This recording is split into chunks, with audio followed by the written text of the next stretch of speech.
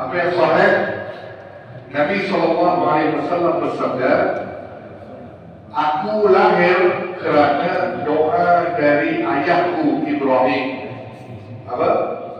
Aku lahir dari doa datukku Ibrahim.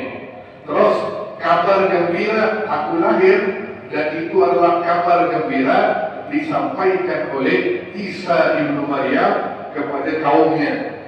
Jadi Nabi Isa menyampaikan tentang kelahiran Rasulullah. Terus aku mimpi ibuku yang melihat seperti cahaya keluar menyinari istana-istana di negeri Syam.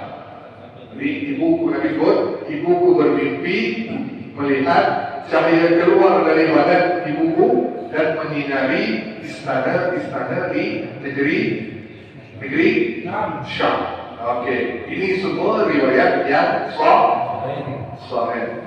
Okey. Yang pertama, apa maksud Nabi tadi? Kelahiranku adalah doa datukku Ibrahim. Apa maksudnya?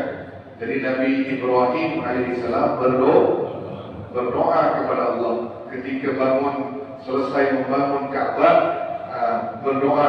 Doanya apa? Allah sebutkan dalam surah Al-Baqarah. Surah Al-Baqarah ayat 129, tak salah saya. Coba.